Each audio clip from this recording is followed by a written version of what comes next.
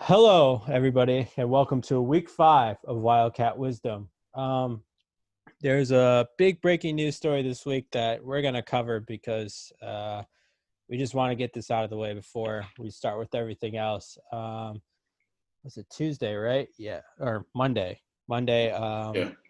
Yeah. Breaking news came out that our owner, Shan Varner, broke several league rules and has been suspended for the entirety of the season, and his player has been banned.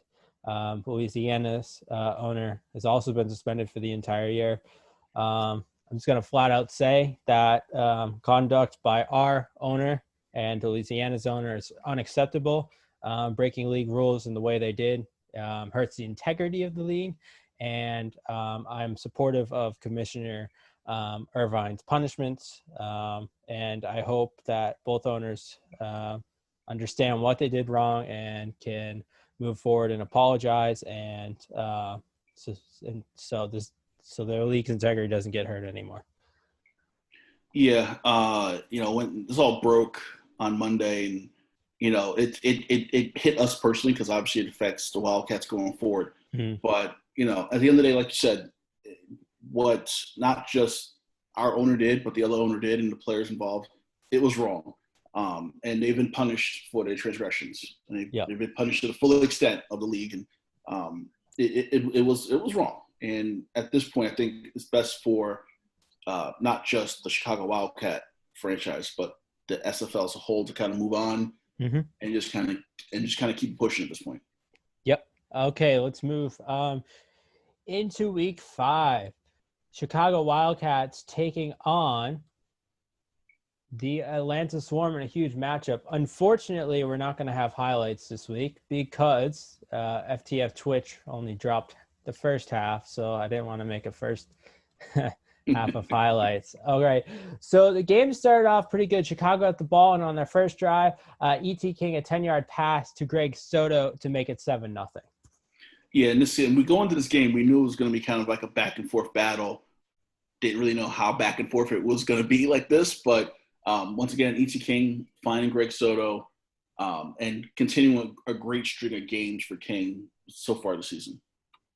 And Rob Ems then makes it 10-0 with his 25-yard field goal. But Brian Dynasty storms back down the field and hitting Siege Falco for the 11-yard TD pass.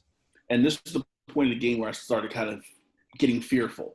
You're up 10-0. You let Atlanta drive right down the field. Dynasty finding Falco. And that's just when I felt the game and the intensity of the game really, really picked up at this point.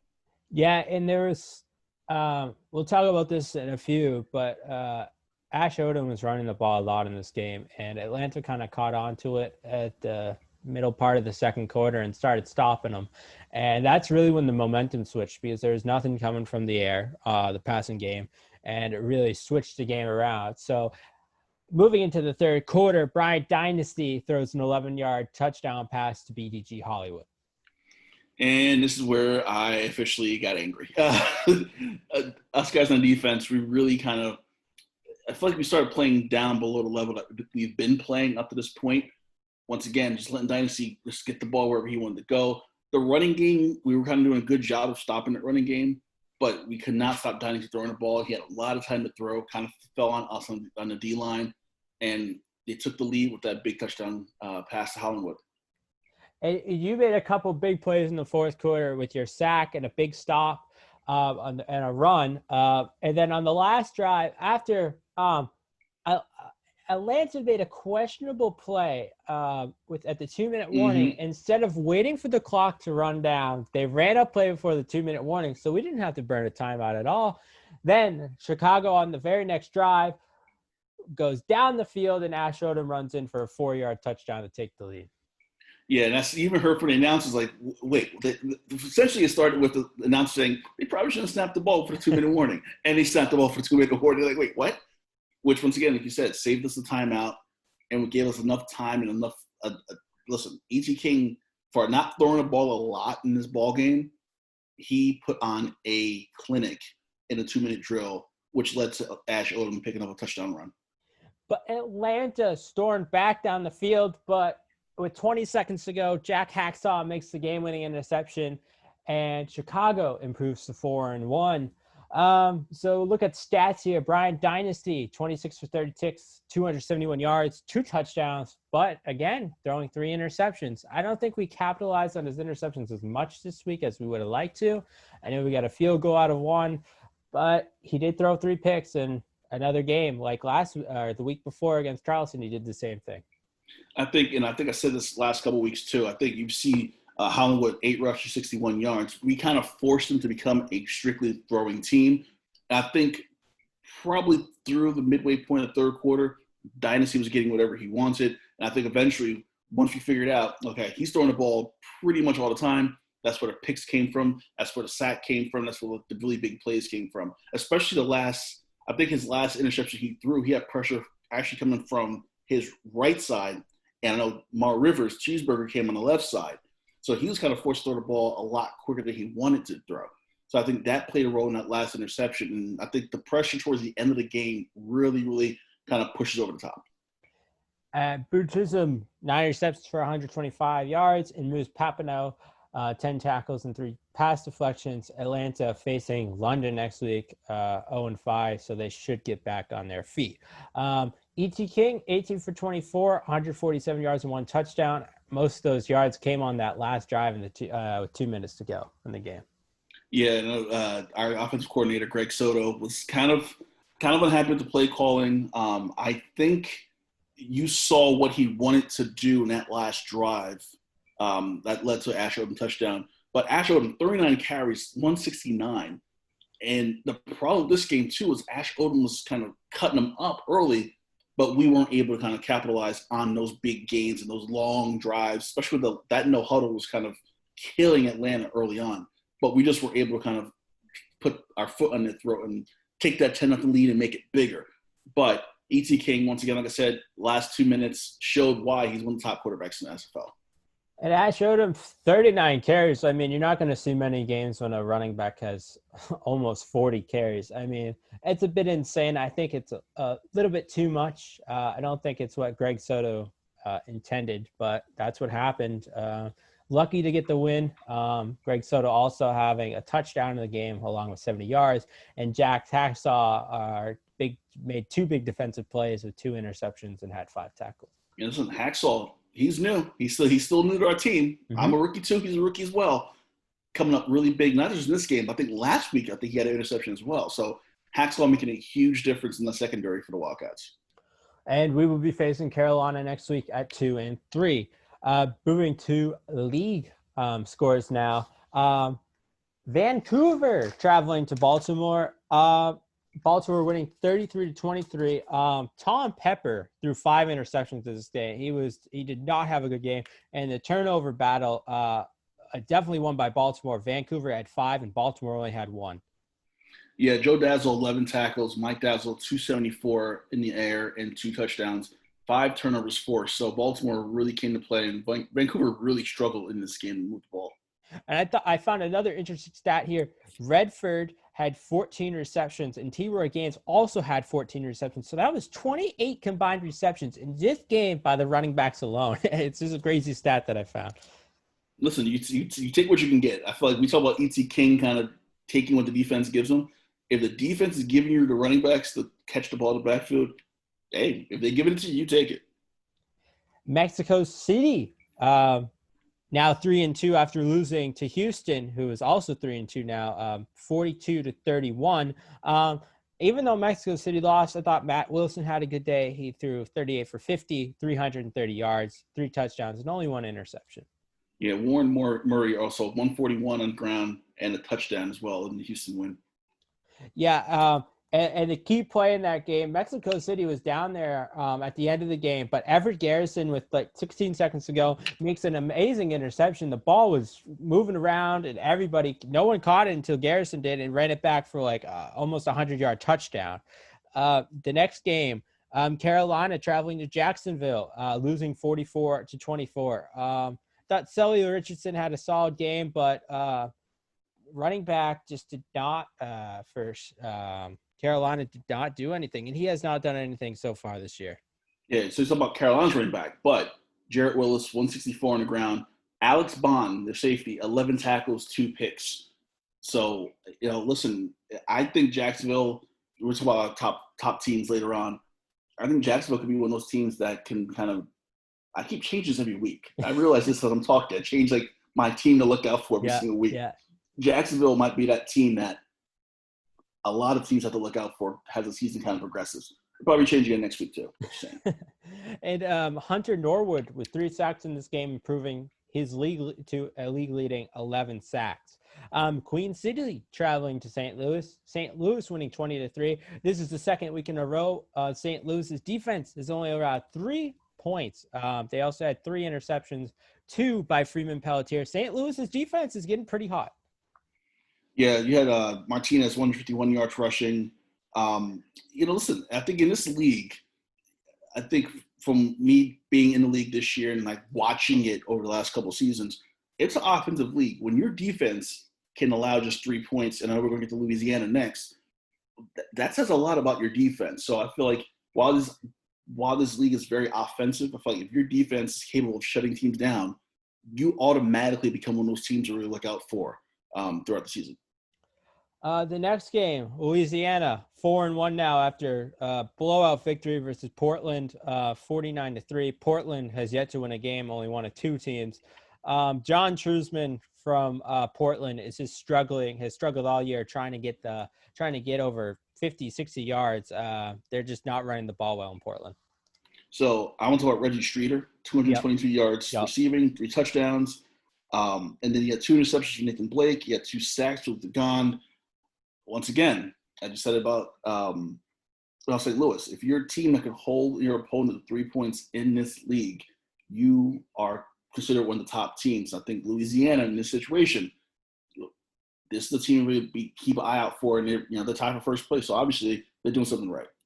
Yeah, and Streeter with those 222 yards rushing has now surpassed is the league leader. The next slate of games, Las Vegas losing to Tulsa 16-13. Each quarterback had 5 interceptions. Scott Johnson did not carry the ball well, averaging only 1 yard a carry. Carried the ball 17 times for only 17 yards. Just a rough outing for him. So this is my first of 2 womp-womp games of the week. Okay. 10 total turnovers. Dorgan 3 field goals, including 53-yarder. But listen, 10 turnovers in a game, that's just it becomes a tough game to watch when he has his teams going back and forth. Yeah, but, yeah. It's tough to score too. It's tough to score. And listen, it's a little bit of both. It's the offense struggling and it's the defense is succeeding. So who do you blame? Do you blame the offense for struggling? Do you blame the defense for playing so well? So it's kind of tough to see who the blame goes to. Charleston back to 2-3 now after getting a big road victory against Arizona, winning 16-10. Arizona was a top 5 team last week in offensive yards, averaging 407 yards per game. Only held to 293 yards in this game. Ashley Jackson did not have her best game, and Charleston really did a good job. And the Predators win despite 3 picks from TD Drew. Mm-hmm. In most games, if your quarterback those 3 interceptions, you're not going to win. They were able to hold on, but Drew cannot have 3 picks and expect Charleston to kind of hold the fort down for him in big games. Yeah, and the next game was my womp game of the week. This is mine too. This is the second womp. Denver absolutely destroying London, 58-10. London, they are struggling on all cylinders right now. Denver doubling London, actually going over doubling London's yards, had 550 total yards of offense. London with only 236. Josh Miller, huge outing, 6 TDs, only threw 2 interceptions. McChesney, 126 on the ground. Destroyer, 3 sacks. This was an utter and complete domination in this game. 58-10 is nothing just bet your eyes at. It was, I watched part of this game and I was like, yeah, this is over. Like it was bad. Yeah. It's when you're almost scoring 60 points in this league, it's not a good sight for the other team. This was my game of the week. The Storm traveling to Lone Star, winning 44-41. It was a back and forth game. Actually, the Storm looked like they had the game, but choked the lead away at the end, after a turnover, allowing Lone Star to come back into the game. The turnover was on a kickoff return. Then after Lone Star had scored, they go down the field in the fourth quarter, 4 for 4, only 76 yards. It was the same pattern over the middle, going straight down the middle. The receiver caught it every time, and they scored. Then Lone Star, huge play by their fullback, runs over a defender, and then they get a kick, but they could not hold off Ron Cochran in overtime as they lose to the Storm. Yeah, Florida, 619 yards total offense. Cochran, 500 yards passing, 4 TDs. This was the game. I think this is the Monday night game. This is my game of the week as well. Overtime. It was very. I had a meeting on Monday, so I had the game on mute as I was on the meeting, and I'm just watching the game like, wow, this is really good. So I kind of stopped paying attention completely to the meeting I was on and watching this game. It was that just eye catching. And the receiver for the Storm was Bush, who had 203 yards, but on that one drive had a whole 76 yards. I mean, he dominated, and the Storm had 617 total yards of offense. There was not really much defense in this game. However, Mickey McGuire from Lone Star made a great interception and returned it for the touchdown. And then the final game of the week was also another blowout as Fort Worth. This team has been a little bit odd. They've had their ups and downs. This week they've been up, winning 51-17, and they completely shut down Colin Hart. Yeah, and this was the game that kind of surprised me because I know we're going to talk about power rankings, and I actually have Sioux Falls in my top 5 power rankings. But Fort Worth really came to play at Williams, 190 yards on the ground, 2 touchdowns. And he also forced 5 turnovers on defense. Like I said before, defense wins ball games in this league. It doesn't seem like it when you see scores like 58-10, 51-17, but defense wins ball games. And that might be that linchpin for Fort Worth. Their defense might be the thing that kind of pushed them forward into like kind of having a really good run to end the season. And Robert Garrick Jr. for Fort Worth, the tight end, had a spectacular game, over 120 yards. So that wraps up the week scores. Now we move to stats. Matt Wilson, having a great year so far, even though they've lost, is still leading the league in passing yards with 1,753. Yeah, you look at these top 5, and you have 5 of the best quarterbacks, Cochran especially, after the game he had against Lone Star. Dynasty, and this was we said Dynasty and stopping him was going to be the key to beating Atlanta this week, and that was a big thing, and we did a good job, but still number 2 in the league in passing yards. Yeah, and Miller and had a great game this week. But Cochran, 517 yards. That's going to leapfrog you all the way to the top 5 anytime you throw for 517 yards at the beginning of a season. So Richardson rounding off the list with 1,618 yards. QBR, E.T. King leading the league now with 107.3 QBR. Ashley Jackson struggled this week, moving down about 8 points of the QBR. She was at 114 last week, now down to 106.2. Yeah, I always feel this way about QBR. I feel like QBR is kind of an underrated stat because, a lot of times quarterbacks with a high QBR may not have these really gaudy stats with yards and touchdowns, but they're really good at getting the ball to where it needs to get to and doing what they need to do to win. And you see E.T. King, see Ashley Jackson, they're doing a great job of doing that. So I think QBR can be one of those stats where people are like, it's just QBR that is accurate. But accuracy wins ball games here. So these top 2 quarterbacks are doing the job that the teams are asking them to do. Yeah, and it's the reason why we have QBR is to tell how good the quarterbacks are. It's not about just throwing 6-7 touchdowns a game. It's about your completions, how many interceptions you throw, your yardage, all those combined. And when any of these quarterbacks are in the top 5, King, Jackson, Miller, Dazo, Wilson, that proves that they're the top 5 quarterbacks in the league at doing all those things. And think about E.T. King too. Think about the game he had in Mexico City in week 1. And think about his QBR now.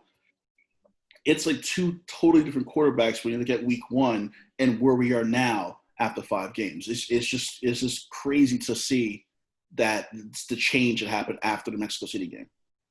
Moving on to rushing, Reggie Streeter with his 200-yard performance this week moves into number 1. Excellent performance on the ground by him, running all over Portland, now at 713 yards. Ash Odom with his 39 carries and 169 yards is in second with 676 yards. even though Colin Hart was stopped this week, he's in third place still with 649 yards.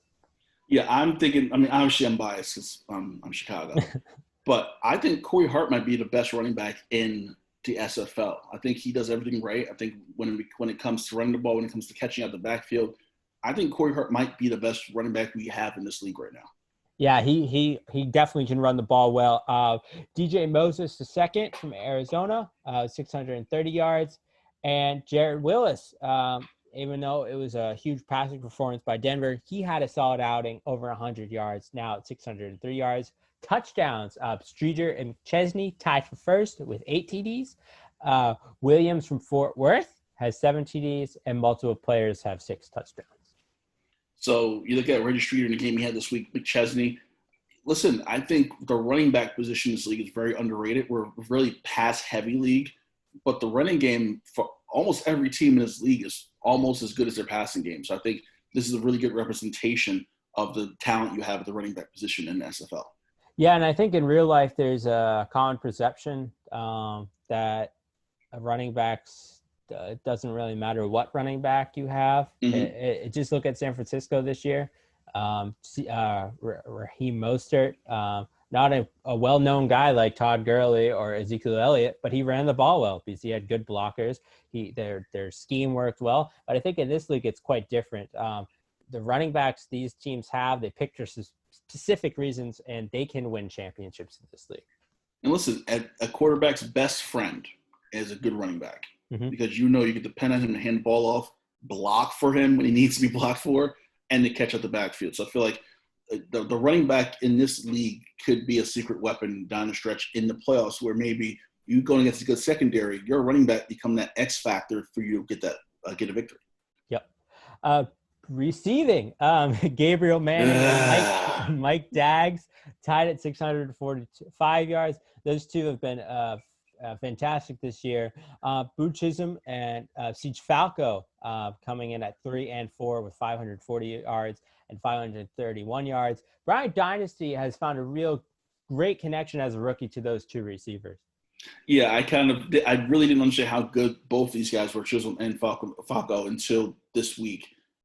You have something in Atlanta. You have a nucleus offensively with these three guys, with Dynasty included, that if they stay together, you're looking at a, Michael Irvin, Alvin Harper type situation from the Cowboys in the 90s with Brian Dynasty at quarterback. So these two wide receivers are some of the best in the league right now. Yeah, and not just for this year, but for years to come. I mean, they built a solid chemistry so far, but as they continue to play with each other, they're going to be even better. Mason Kirby from Las Vegas finishes off in yards with 504. Touchdowns, Mike Daggs, the best tight end in the league, in my opinion. 7 touchdowns, and he just cannot be stopped. Yeah, and once again, we saw him week 1 personally, and you see good size, faster than I thought he was, like faster than he looks. He's definitely a tight end. And we talk about running backs, tight ends as well. I think tight ends, almost like fullbacks. Shout out to Mikey and Proda. Fullbacks are kind of forgotten about. I think tight ends, if used properly, could be a really big weapon for running quarterback as well. So Mike Daggs is really helping out Matt Wilson in Mexico City right now. And Logan Keogh, who had a great game this week, is tied with Gunnar Lewis from Sussex Falls with 6 touchdowns, and multiple players have 5. Moving on to defense, Brody Gulch continues his reign as the top tackler in the league, 50 tackles. Great start by the rookie this year. Yeah, and it seems like he's no matter what the play is, he's in the middle of the play. Even if he's not making the tackle itself, he's there close to said play. So I think he could hit 100 tackles this year. I'm not putting it past him to hit 100 tackles this year. Yeah, I the way he's going right now, I think he's going to get over 100 tackles. Still in second place too is DJ Majesty, another great linebacker in this league for Tulsa, at 45. Aaron Lee and Mel Davis both tied at 43 tackles, and Drew Hamilton is in 5th with 42 tackles. I think Aaron Lee laid a hit. I can't remember who he hit this week, but Aaron Lee hit one of our guys. I think it was week. Mikey. I think it was Mikey. It looked like it hurt. It looked like it hurt really badly. Yeah, he got punished. Moving on to sacks, Hunter Norwood continues to do what he does best, sack quarterbacks, and now he has 11 sacks and continues to lead the league. Do you think he can hit 20? If he played like he did the other day, then I think he does. I think I'm gonna go with he finishes with 22 sacks this year. Also, he doubles He up. doubles Okay. it. Yeah, yeah. Okay, interesting. Yeah. I will write that down. My predictions may not be always right, but they're close. They're close, yeah. Troyer from Denver, Sawyer from Las Vegas, and Lewis from Lone Star, all tied with 7 sacks, and multiple players have 6 sacks. And I have 3. No, I have 4. So there you go. 4, yeah, there you go. Yeah, you had a sack this week too, so you're getting involved and really making quarterbacks pay. Now moving on to interceptions. Heslep from Tulsa has 6 interceptions. Jack Russell, Shank Bennett, Evan Arthur, both tied with 5 interceptions. And we talked about Louisiana's secondary. 2 of their players are tied for second in the league. I mean, it's just unbelievable. I feel like in this league, you have to have a good defensive front, and you have to have a stellar secondary because, like I said before, about the high amount of passing that happens in this league. I felt Louisiana might have the best secondary in the league. I think we're close to where they are, but I think Louisiana definitely has us and every other team in the league beat when it comes to their secondary. And multiple players are tied with 4 interceptions. We finally have a league leader in touchdowns as Evan Arthur scores his second defensive interception return touchdown this week and has 2. And multiple players tied with 1. Now moving to stat leaders for each team. Denver, again, number 1. Their offense is absolutely amazing, especially this week, moving away from the run a little bit and passing the ball.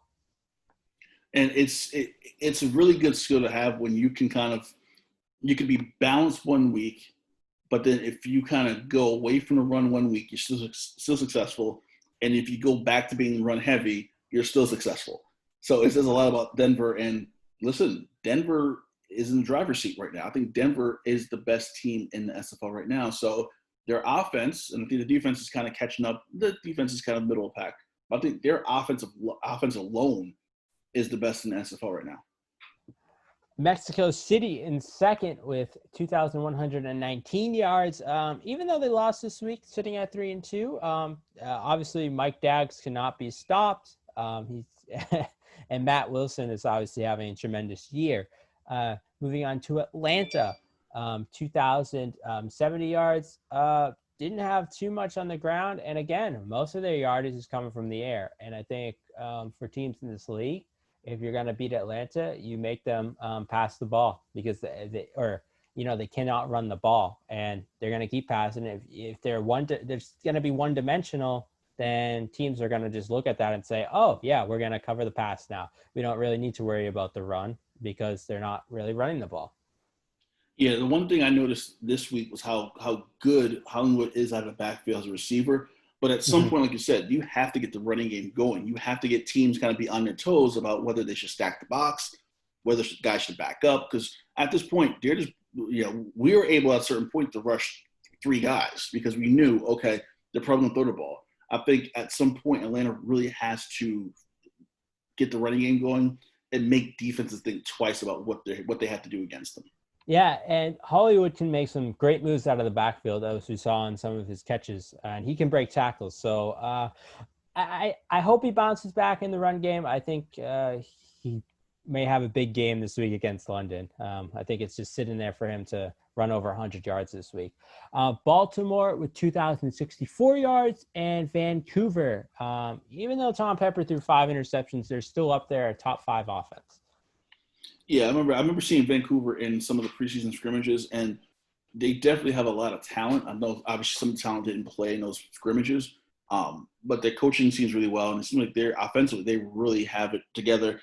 And I'm looking at their stats now as well. It's really balanced. It's a really balanced offense that they have too, which also it shows success in the league if you're a balanced team that can mix the run and the pass really, really well. Moving on to defense now, I feel like Fort Worth and Chicago are flipping in first and second every week. Now, Fort Worth is in the league as lead as the best defense yardage wise with 1458. I think it's gonna be like this the whole the whole season with us in Fort Worth. Like I said about Fort Worth, I think their claim to fame this year might have to be their defense. Their offense is gonna struggle a little bit here and there, but I feel like their defense is kind of what's gonna hold down the fort for them. When it comes to Chicago, I think the defense, and once again, look at week one. Week one seemed like forever ago compared to where we are now. So I think between us and Fort Worth, it's going to be kind of a back and forth to see who has the best defense in the league. Arizona at 1,694 yards. They are tied with Louisiana for the best turnover differential in the league. And we'll get to it a little later, power rankings, but that's why I have Arizona in my top five. I know they lost this week, but it wasn't by much. It was only 16-10, one-score game. I think with that defense, if that offense just comes to play, they're going to win games. The only thing about Arizona I see, and they have their third down. That third down percentage is 54%. Yeah. Teams are successful at third down, so I feel like they have to kind of get that better and stop those teams early. So 3 and outs and get them off the field. Yeah, that has to be a good defense. It has to be under 50% if you want to win games. Louisiana, their secondary is, if not the best in the league, it has to be the top three. Because they've only allowed 1,720 yards. Ball hawking secondary kind of reminds me of the Legion of Boom, where no team can pass on them without making mistakes. And a really good turnover differential. I think their turnover differential is +7. Yeah, it is. Yep. So, 81 yards on the ground a game they allow. So, yep. They're doing a good job of stopping the run. Once again, forcing teams to throw the ball. And with that secondary, you're getting massive amounts of turnovers. And Tulsa rounding off the list, only 10 yards behind Louisiana at 1730. Now moving to points per game. Offense, Denver and Louisiana, not surprising. They're number 1 and 2. Denver, 37.6 points per game. The 58 points definitely added to that this week. And same for Louisiana that scored 49. And listen, the top 2 teams in the league, 4-1, along with us as well. Listen, it's good. It may come down to Denver, Louisiana for the championship this year. I feel like these are 2 of the teams that you really have to look at has kind of top-notch teams in the SFL right now. And look, it's going to take a strong defense to shut these guys down. 37 points per game, 33 points a game. That's a lot of points, a lot of yards. So it's going to take a really strong defense to really shut these teams down. And Mexico City with 32.4 points per game. And Baltimore and Houston are tied with 32 points per game. Baltimore, another 4-1 team that I think has a good shot in the playoffs. Coming off a big win against Vancouver this week. Their defense made a lot of turnovers, got a lot of turnovers and stuff. So I think they're another team to watch out for. 60% third down conversion. That's insane. That's unheard of. You have other teams that are kind of high too, but that's the first number jumped up at me about Baltimore. Not really thinking that, they're really good on third down. They're phenomenal at third down. So that's also a reason why they're scoring 32 points per game. And moving over to defense points per game, Arizona leading the league with 17.4 points per game. Chicago's defense at 21 points per game only allowed 14 points this week. Queen City and St. Louis are tied at 21.2 points per game. And St. Louis's defense has only allowed 6 points in the past 2 games, doing a great job at limiting, movement downfield. And I don't know about their offense so much. They've only scored 20 points in the last 2 games. It's the same score, actually. So I think they really need to get that offense going to complement this great defense. Yeah, and at 3-2, they still have time to kind of stay in the top echelon and make the playoffs. So I feel like you're right about the offense. The offense really has to pick up the pace because if the offense is struggling, it means defense is on the field a lot more than you probably want to be on the field for. So I think now is the time for the offense to really kick it in high gear and really help their defense out and get them off the field. Mm-hmm. And finally, Louisiana with 21.8 points per game. Now we will move into our power rankings. I guess we'll just talk about our first, second, and third. Mine is Denver. I think Denver's the best team in the league. Like you said before, their offense is amazing. No one has been able to stop it so far. And if that continues, they're going to be well on their way to another championship. Yeah, I have Denver one as well. I think there's no one in the league right now that can touch Denver offensively, defensively, special teams. I feel like you have yet to see a team. I know they have that one loss, but to me, you have yet to see that one team that really shut them down. And until we see that, I feel like they're going to be the best team in the league right now. At second, I picked Louisiana. I feel at 4-1, Louisiana coming off a huge victory last week. I mean, Reggie Streeter, Ash Odom and him are very close, but I think just their defense is something that has caught my eye. Tied first in turnover differential. As you pulled up the stat, only allowing 81 yards. I just think they're a little better than us right now, but we'll see how that goes next week. So I'm going to say this right now. I have Chicago 2, Louisiana 3. The more I've talked about Louisiana tonight, I've changed my mind. Oh, okay. So Louisiana is 2 as well, and we're 3. Okay, so you're going to flip it. Okay. I'm going to flip it. I think just kind of actually hear me talk. It's been weird. I made this up. I put the Power 5 together, and I'm talking about Louisiana, and in my head I'm like, why the hell I put us above Louisiana? I'm flipping it back. I did Louisiana. And like I said, their secondary defense, especially their secondary, is really good. They have Johnny Pickler, who's one of the best quarterbacks in the league right now. You have to put them number 2. I put Chicago 2 because I'm biased. I'm a homer. But in reality, Louisiana's number 2. Yeah, and I have Chicago at number 3. I mean, are still second in defensive total yards allowed. Coming off a huge victory this week against the defending champs. I know it didn't seem like much, like blowout-wise. We had also said it was going to be like 38-31 and 38-34 or something like really. That. And it was only 17-14. I thought the defense played really well. I was a little concerned with how the offense played, just the way the amount of times Ash Odom ran the ball. That's going to definitely have to change this week as you go up against Carolina. You cannot run the ball 39 times this week. Yeah, and Greg Soto was not happy with the play. Oh, no, he was not. He was not. But, and I think the reason I rethought this power ranking as we were kind of doing the show was that I feel like the defense, especially with the addition of Jack Hacksaw, has been a really good addition to the defense and added an element to the defense that maybe wasn't there before. I do think the offense hasn't hit its stride yet. We're winning games. Ash Odom's getting good numbers. E.T. King's having really good games, but I feel like the Chicago offense hasn't hit overdrive yet. I think that's what puts Louisiana above Chicago. I feel like Louisiana seems to be clicking on all cylinders. I feel like Chicago's getting there, but we're not there yet. So I think that's why they're number 3. Yeah, and I don't think we've had a total complete game on offense yet where you're scoring every quarter. I mean, we started off slow a couple times. The Mexico City disaster, we did not come up to play that day on offense. Even against St. Louis, the offense only scored 9 points, and we erupted in the second half. That's great and stuff, but you really need to. It's a 4-quarter game. You need to play in the first quarter, second quarter, third quarter, and fourth quarter, and we haven't really seen the offense play a complete game yet this year. I mean, this week, a prime example. I feel like Atlanta was kind of struggling to stop Ash and the no huddle and the run up the gut. Yeah. And especially second half, you punted the ball like 5 times in a row.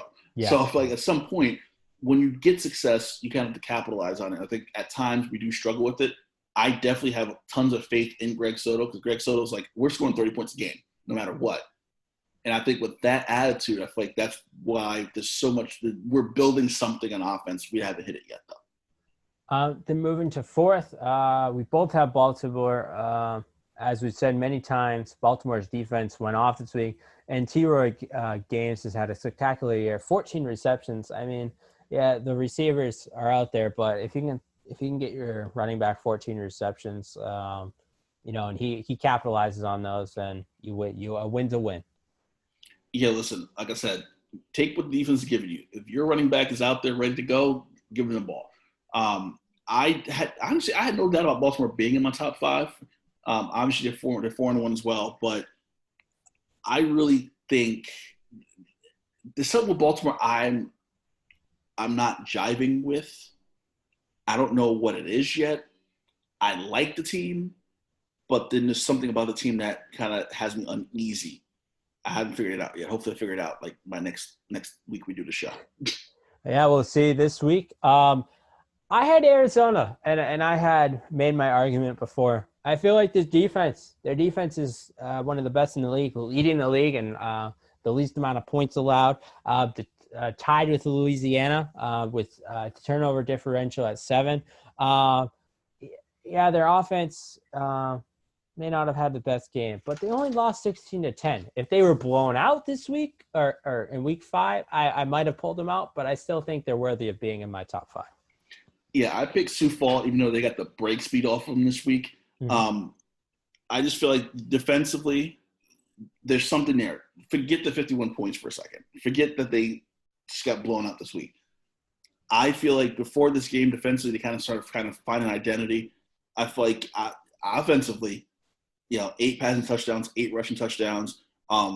Listen, they have under 1,000 yards in both passing and rushing, which shows a balance.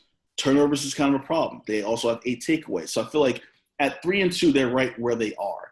Like you said, Arizona, I feel like Arizona's up and down. And I feel like Sioux Falls was kind of consistent up until this week where Fort Worth just came in and they just blew them away.